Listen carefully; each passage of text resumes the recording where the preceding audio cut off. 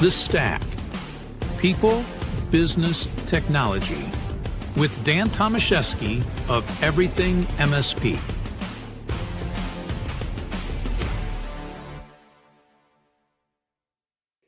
Hello, everybody. Dan Tomaszewski here. Welcome to another episode of The Stack, where we focus on people, business, and technology. Joining me today is Craig Donovan, the Chief Experience Officer at Pax8. Craig is at the center of some of the most exciting initiatives at Pax8, including the brand new Voyager Rewards, guided growth framework, and Pax8's deep dive into the future of AI and automation with agentic inflection point research.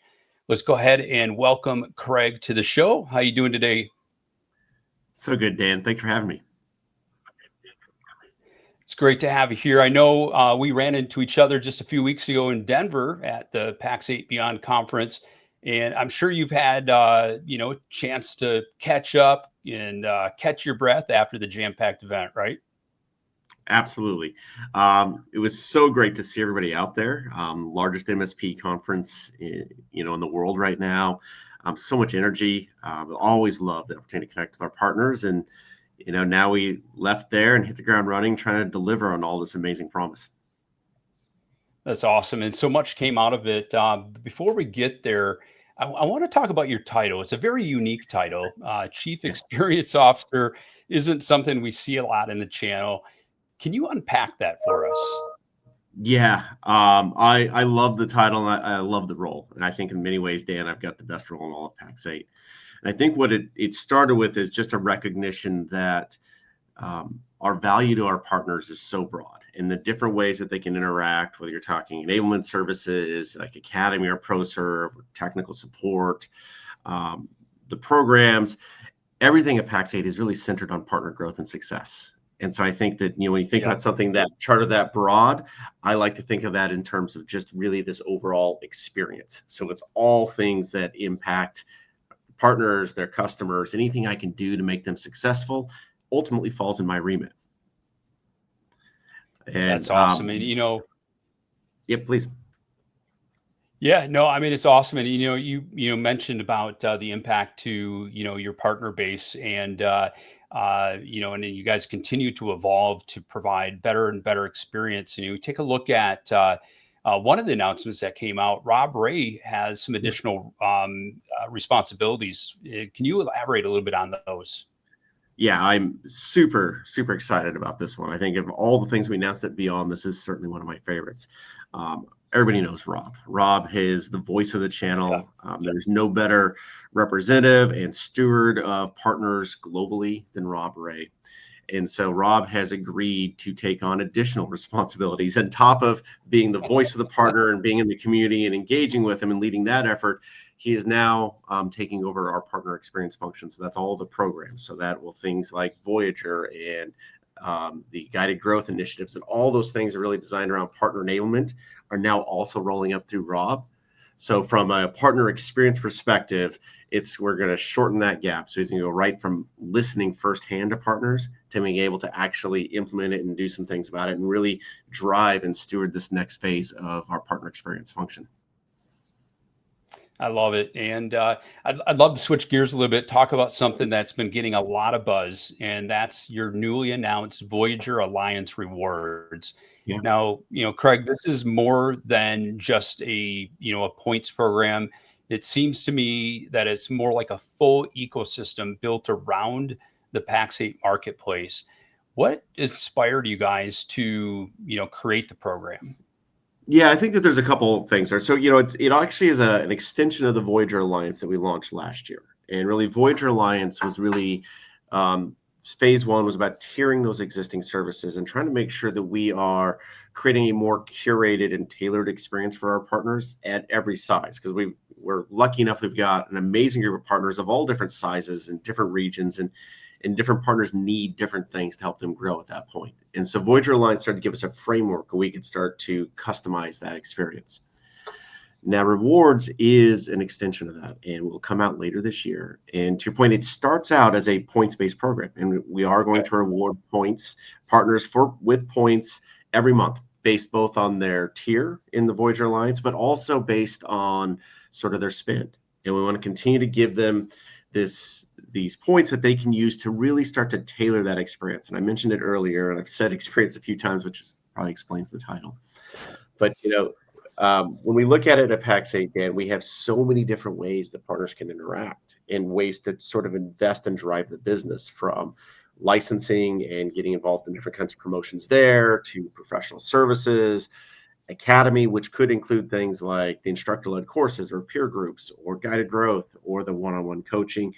There's just a lot out there. And so what the points program actually starts to allow us to do is to let each partner start to curate their own version of what Pax8 means to them by leveraging the service that makes sense and investing in their business in the places that are most impactful. That's excellent. And so the tier system, so can you talk a little bit about how that tier system works and the type of rewards that partners can access when this launches later this year? Yeah, so the tier system is really sort of that, it's designed to be pretty simple. And we want partners to really understand what they get and how, and also more importantly, how they get into the next level stage. And so the tiers are built off of their spend. And we wanted to be very transparent. And I think about some other, loyalty programs you may see in the channel, and airlines and things like that. And to be honest, Dan, I never have any idea what the relationship between, say, my flights and the flight points that I get out of that. So we want it to be clearer. And so it is just based off their recurring spend every month. And then that will unlock things like different levels of account management, support SLAs, tiered pricing. So if you will, discounts in academy and professional services, a variety of different services just start to unlock as they continue to grow up there. And then with the points, they'll be able to redeem them on rebates and custom offers and discounts, things like free months of subscriptions. So make it easier for them to engage with some of the amazing vendors in our marketplace. They can use it to offset the costs for academy again, or even get some of those professional services at no cost. And so we're going to continue to evolve that. I think what we launch here in Q4 will be an initial catalog, but I would expect that every month we'll be working with our partners and our vendors to continue to find new compelling offers that will continue to flow into that catalog. So I want it to be sort of an exciting moment for our partners to check in every month and see what's available to them and how they can drive their invoice down. Awesome. That's a great way to give back to those partners. And, Craig, I want to talk about something that's quickly becoming a game changer, and that's guided growth. Yes. Can you walk us through what the guided growth program is and how it's evolved from a data and AI track? Yeah. So, education has certainly been a passion and partner enablement of mine and of Pax8's for years. This is actually why we went and acquired Rex Frank and the C-level team, almost 4 years ago now. And so that helped us build out that academy. And we've been leveraging all that expertise, both technical and business, and trying to deliver it to our partners in whatever mode was most applicable. Like I said, it could be the one-on-one coaching, it could be one-to-many courses, like instructor-led, or it could be self-service. And then one of the challenges is that we ran into a place where we created so much content, it became very hard for partners to actually find the curriculum and understand how to grow their business. And so we started out with the security guided growth, which we launched earlier this year. And every guided growth actually now starts with an assessment that the partner takes. 20, 25 questions that evaluates their skill, not just in the technology, but across 5 different tracks. So, their ability to sell it, their ability to implement it, their ability to build the strategy around it. And then we have courses on all aspects. Some of it is vendor specific, some of it is more general. And as a result of this assessment, we then start to prescribe a learning journey for the partner that's custom to them based on their test scores. And so I like to think of this almost like when I went to university far too long ago, and I sent out the college counselor and they helped me sort of plan out the courses I was going to take. That's a sort of virtual mode of that. And now as partners progress through the journey, we're going to reassess and continue to direct them down the right paths. And so we launched security in sort of a March timeframe. And then the team was then hard at work, and we realized this AI conversation is substantial. It is really this whole transformation into managed intelligence there are technology aspects. There's a lot more. And so the team has built over 105 courses this year, all focused in on AI. And the courses have all been built based on expertise we've developed directly with MSPs, teaching master classes and one-on-one sessions and asking a lot of questions globally. And so there are technology courses like how do you create an agent, write better prompts, connect to the MCP server, but also how do you sell and price an AI-centered service? How do you build that new MIP strategy? And how do you actually start to do that transformation of your business and also the business of your clients? So, I mean, we know that, everywhere we turn, AI is, all we're hearing, right? It has been for quite some time, cybersecurity, and that's never going to go away. But AI is side by side with that, and they both are equally as important. Yes. Now, as MSPs are trying to figure out how to integrate AI into their business offerings, which is critical because at this point, we're just scratching the surface level of what the true potential is of AI and the true potential of how an MSP can rebrand themselves to leverage AI to differentiate themselves and truly become a different type of business. So, are these courses driven to help them with these strategies and help drive those type of results? That's exactly it. And I think that's when we talked about this we've used the phrase managed intelligence, which I think is this evolution of where the channel is going. And it is more than just a new tech. And I think that this is one of the things that, I want all of our partners to think through. And one of the things that I've had to start to think through is, when you hear about AI and the impact to the channel, there is an element that is you're going to sell some new AI powered tools. And there certainly is an element where MSPs are going to use AI technology to make themselves more efficient. Yeah. But that is actually just scratching the surface of both the challenge and the opportunity, Dan. Yeah. AI is transforming all the world. It's all of the customers are actually transforming, and they're going to be demanding these new services.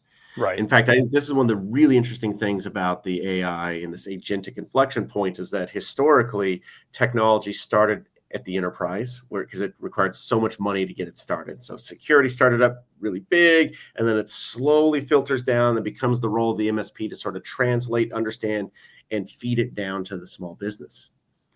But every household, I mean, the rate of AI growth is like nothing I've ever seen. Yeah. Even non-technological people are using ChatGPT on a daily basis, or Claude, or Copilot. And so it's almost become as prevalent as mobile technology.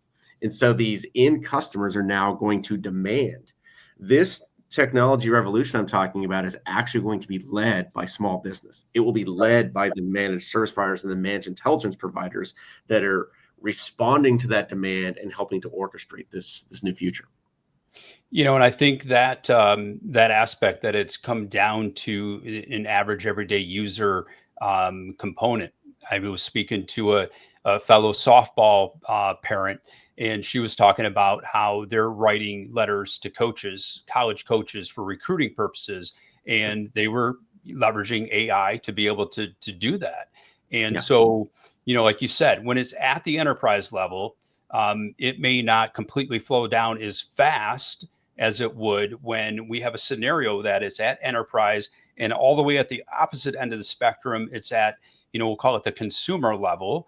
And then that's only going to, right in the middle, those bookends, is going to pull that that excitement and that desire to drive forward with it ASAP.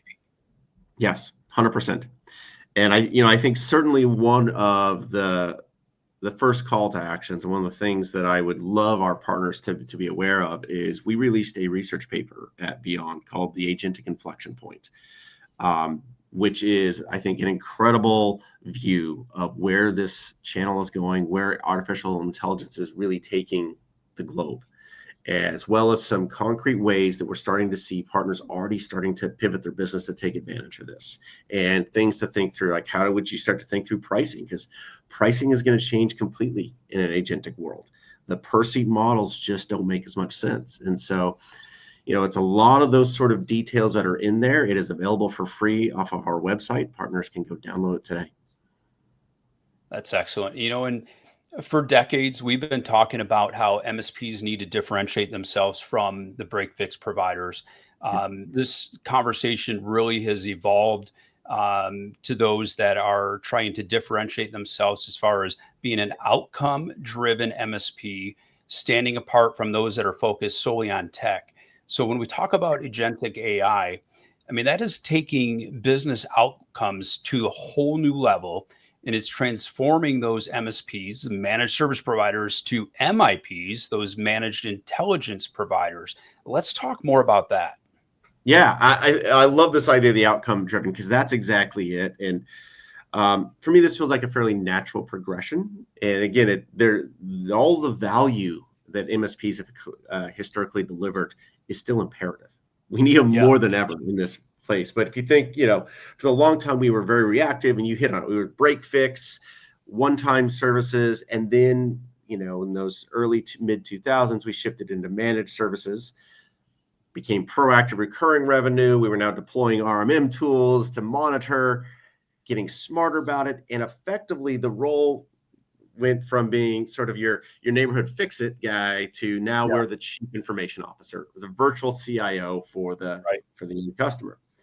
And that model worked for a while. And then, say 10, 15 years ago, the rapid escalation of cybersecurity threats started to come on board, right? All of the very formalized, they were getting smart. And so the MSPs and those CIOs had to evolve and start to now become the defense layer for small business. And they Yeah. evolved into now becoming that virtual CISO, Chief Information and Security Officer. Right. And that has all continued to move forward. And certainly security is more important than ever in this world. When you think through, it's not just defending its bad actors, but if you're starting to deploy autonomous agents that are thinking and making decisions, Dan, you now have potential threats inside the walls. And so there's a role for somebody to secure the data, to make sure that the agents are doing what they should do, but also that they're not doing anything you don't want them to do. Absolutely. But this evolution is, as the technology is increasingly, the technology impact is shrinking because AI is doing more and more of the technology components. What's now this MIP is evolving into the outcomes, which you captured so perfectly. It really is understanding workflows and what's happening within the partner or the customer site. How does their business actually work? What are the outcomes they need? And then orchestrating this solution. And so I start to think through this as almost becoming the chief workflow officer. Yeah.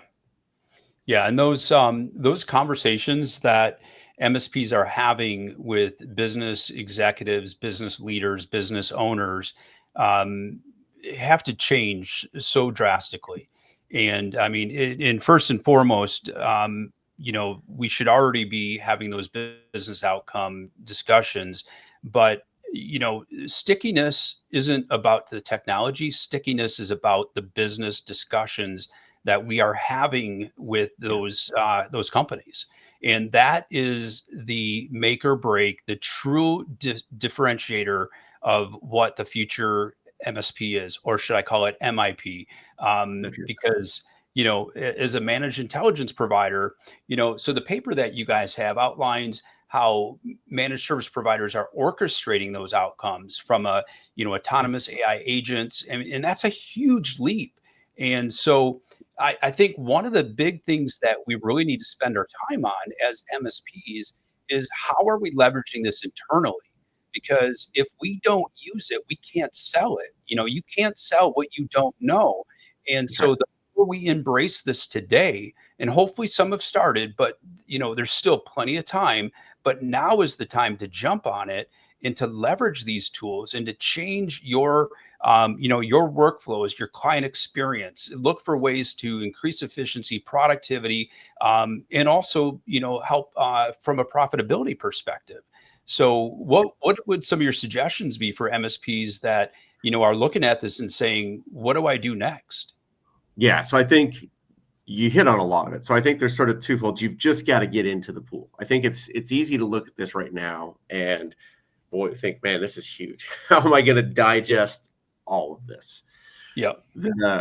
And there's also, I've talked to some MSPs that have suggested, well, this is almost this feels like a fad. Let's just wait and let's figure out where this thing's going, and then I'll get connected after everybody's made the mistakes and we figure out what the right answer is. Yeah. I'll tell you, Dan, I am convinced that this is moving too fast, and I agree. We don't necessarily know where all of this lands, and there are certainly some turbulent waters as a channel we're going to have to navigate. But I sometimes think in terms of metaphors, and this feels like trying to get onto a highway where traffic's already moving at 90 miles an hour. Right. If you try to hit there from a standing stop, you'll never catch up. Yep. And so what's most important right now, I believe, is that MSPs need to start to move, and they need to start heading down this AI road. And so I think that there are some easy ones, and this is what we really tried to launch for our partners at Beyond. So I would start with some education. Read the paper, start taking some of those guided growth courses, start to build up that internal knowledge and comfortability with where this is going and some of those discrete skills. Start automating something in the business. Grab a piece, right? Do some work, to your point, build some internal tools first, because a lot of your internal tools, then you'll be able to productize and actually sell downstream to your customers. Because a lot of business challenges that an MSP faces are the exact same problems that their clients are facing, particularly when you think in terms of operations and finance and those sort of very common areas. I think one of the other areas, and this is an announcement that I'm very excited about that came through at Beyond as well, is the MCP server that the Pax8 just launched. Yeah. And so MCP, I'm sure, is probably a new concept for a lot of our listeners. It was new for me, but frankly, it's new for the world. I think Anthropic launched it here in the last 6 months. It's a new set of standards. It's a protocol, model context protocol, that really describes how you can wrap a layer in front of public APIs. And I think everybody's been very familiar with how public APIs work. We have them at Pax8. Lots of partners have created integrations into the Pax8 marketplace. What the MCP server does is create a more fluid and flexible language layer that is designed for LLMs or agents to connect into things that, and so now we just launched this at Beyond, and it's available in beta. Partners can start to bring their own LLM in. So we're talking Claude or ChatGPT, Copilot, and use natural language to start to query information. What subscriptions are coming up for renewal in the next 30 days? Yeah. Can you help me build a QBR for my customer? And it's pulling back now the subscriptions that are available, and using Opportunity Explorer to provide some product recommendations. And so I think play with this. And I think that there's an element of exploration and discovery that is so critical with AI, because what we're actually doing, as much as anything, Dan, I believe, is building the muscle of learning and discovery, because this is going to shift so fast. We all just have to get comfortable moving with it. Well, what I do love about that, with the MCP server and the ability to leverage that within Pax8 is just, again, it allows MSPs to start using this and start seeing the benefits from that and what kind of outcome they can get. And, again, it's, you're putting your toe in the water, and you're starting to feel more comfortable, and you're taking those baby steps and one step at a time. But those are things that you can then go to your clients and say, these are things we're doing within our organization to allow us to be more efficient, deliver a better client experience for you. And let's talk about ways that we can orchestrate this for you. And I think it's a great move, because we're not talking hypothetical, we're talking something real that's available that they can leverage. Absolutely. And I think that's really where that MIP starts to come in. And I talked about sort of the pull from the end customer. In the paper, we talked about sort of the 4 stages that AI and agents are going to move. We started with the sort of question response, the ChatGPT large language, which I think is what most people are using. We're already there. People are very comfortable with sort of querying, sort of super Google, if you will. Right. And then you start to build into that assistant tier where we are trusting, it's more of an automation layer, where we're trusting the agents with direction to automate certain processes. And we're definitely into that space. Followed up will be sort of autonomous agents that are thinking and making some of their own decisions. And then finally, which isn't here yet, but it's not far on the horizon, is when agents start working together. Yeah. And they start to create these network effect where now they're able to do really complex things really quickly. And so when I think about the MSP to MIP, the MSP is probably and their customers are firmly using the questions and the queries. They're starting to get into some automation. MIP is when you're actually now starting to apply that automation to the outcome that the customer needs and helping them see the things that they haven't seen yet. Because I'm sure even though they're using it, they have not begun to figure out the true power here. Absolutely.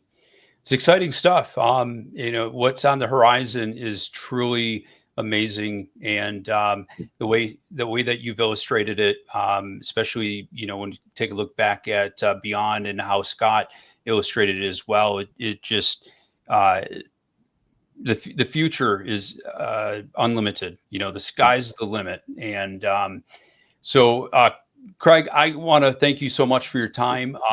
For anybody that's out there listening and they want to get started, learn more about these programs, stay ahead of the curve, who should they talk to? Yeah, I think the first step is always their account manager, who can sort of be their quarterback and their steward through this entire process. There is so much here, and there's so many things that we're building here at Pax8.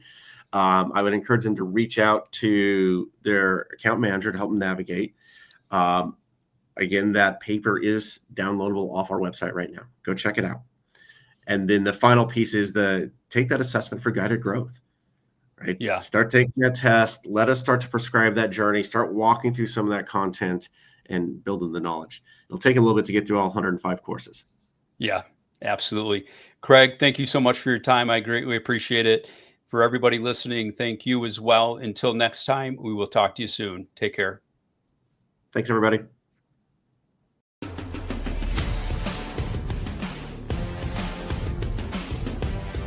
Thank you for listening to The Stack.